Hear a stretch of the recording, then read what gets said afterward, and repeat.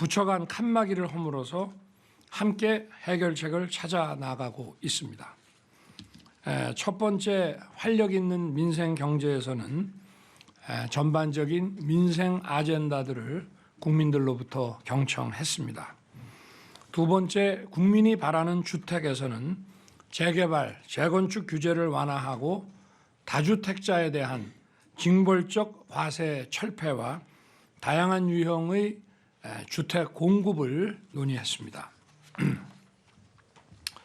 어제 세 번째로 민생을 살찌우는 반도체 토론에서는 반도체 메가 클러스터 조성과 초격차 기술 개발, 인재 양성을 적극 추진하기로 했습니다. 이렇게 국민의 의견을 직접 들으면서 민생 문제 해결에는 역시 속도가 가장 중요하다는 것을 다시 한번 생각했습니다. 앞으로도 국민이 원하는 과제를 중심으로 부처 간의 벽을 허물고 긴밀하게 협업하여 문제를 신속하게 해결해 나갑시다.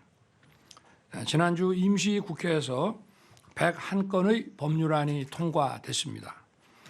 우주강국 도약의 발판이 될 우주항공청법, 화학물질 규제를 글로벌 스탠다드에 맞게 개선하는 화평법과 화관법 등 중요한 법안이 많습니다. 국민들께서 변화를 체감하고 현장 기업들이 더 힘을 낼 수 있도록 관련 부처는 신속한 후속 조치를 취해 주기 바랍니다. 하지만 아직도 민생 현장에는 애타게 국회 통과를 기다리는 법안들이 많이 잠자고 있습니다. 당장 27일부터 중대재해처벌법이 50인 미만 사업장까지 확대되면서 현장의 영세한 기업들은 살얼음판 위로 떠밀려 올라가는 심정이라고 합니다. 정부가 취약 분야 지원 대책을 마련하고 경제단체도 마지막 유예 요청임을 약속했지만 여전히 국회는 묵묵부답입니다. 근로자의 안전이 중요함은 더 이상 말할 필요가 없을 정도로 중요합니다. 그러나 처벌만이 능사는 아닙니다. 처벌은 우리 헌법 원칙상 분명한 책임주의에 입각해서 이루어져야 하는 것입니다. 또한 중소기업의 현실적 여건을 감안할 때 시간을 더 주어야 합니다. 가뜩이나 지금 우리 영세 기업들이 고금리 고물가로 견디기 힘든 상황인데 이렇게 짐을 지우게 돼서 이 중소기업이 더 이상 존속하기 어렵다면 그 피해는 역시 고스란히 우리 근로자들과 서민들에게 돌아갈 것입니다. 이제 겨우 열흘 남짓 길지 않은 시간입니다만 현장의 어려움에 한 번 더 귀를 기울여 주기를 당부합니다. 또 분양가 상한제 주택의 실거주 의무 폐지도 더는 지체할 수 없습니다. 잔금 마련에 어려움을 겪는 무주택 실수요자들이 법을 어길 수밖에 없는 상황으로 내몰리고 있습니다. 잘못된 입법으로 집값이 많이 올라갔습니다. 무분별한 규제로 국민의 주거 이전 자유와 재산권 행사까지 제한하는 것입니다. 수요자인 국민의 입장에 서서 주택법 개정에 속도를 내주기 바랍니다. 산업은행 부산 이전을 위한 산업은행법도 상임위 문턱조차 넘지 못하고 있습니다. 해양과 금융 중심지 부산은 우리나라가 수도권 1극 체제를 극복하고 한 단계 도약하기 위해 반드시 필요합니다. 정치적 유불리, 지역의 이해관계를 넘어 국가 전체의 미래를 위한 길임을 고민해 주기 바랍니다.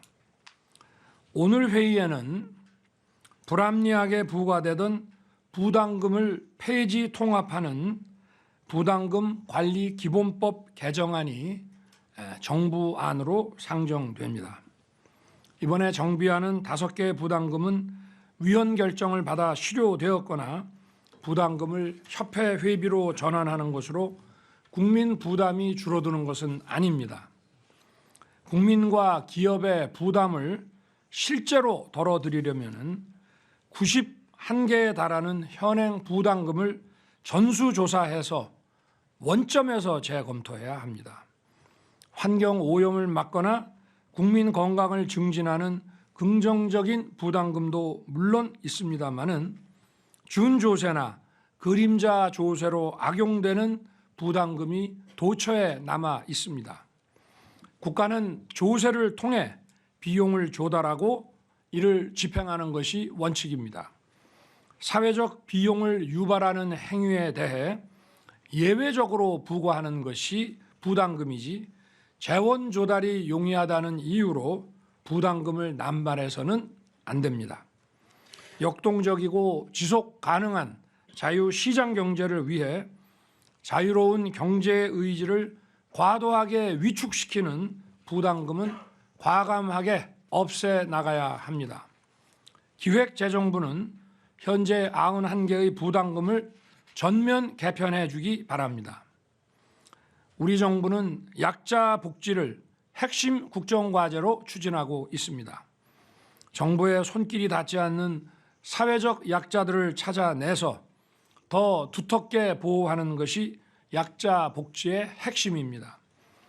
그런데 얼마 전 연탄 3장으로 버티는 미등록 경로당 관련 기사를 보고 참 가슴이 아팠습니다.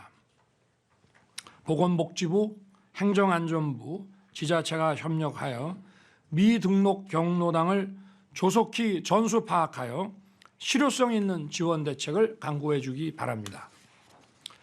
경로당만의 문제는 아닙니다. 어려운 이웃들을 먼저 찾아가고 미리 지원 방안을 마련하는 것이 복지 정책을 펼치는 올바른 자세입니다. 복지 정책이야말로 절대로 책상에서 나올 수 없는 것입니다. 현장을 발로 뛰며 소외된 약자들을 찾아내고 복지 사각지대를 확실하게 해소해야 합니다.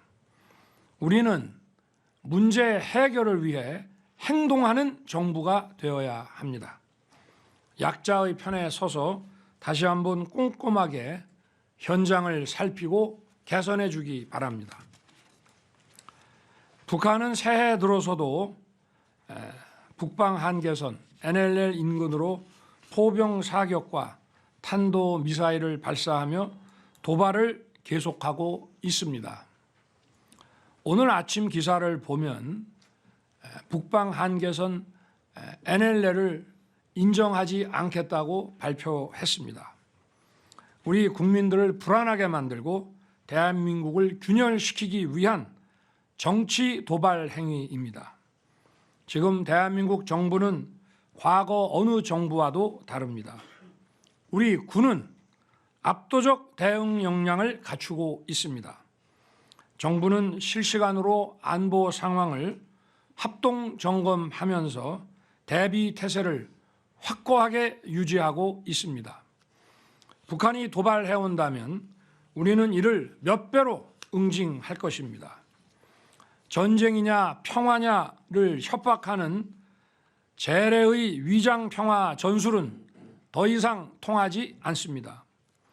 도발 위협에 굴복해서 얻는 가짜 평화는 우리 안보를 더 큰 위험에 빠뜨릴 뿐입니다.